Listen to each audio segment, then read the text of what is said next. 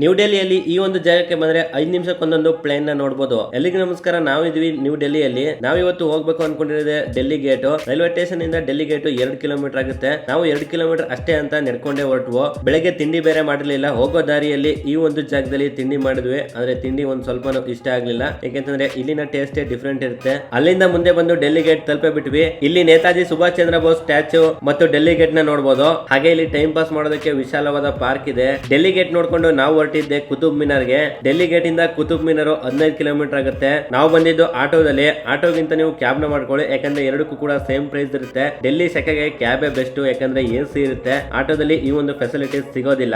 ಕುತುಬ್ ಮಿನಾರ್ ಡೆಲ್ಲಿಯಲ್ಲಿ ನೋಡಬಹುದಾದಂತ ಇನ್ನೊಂದು tourism place.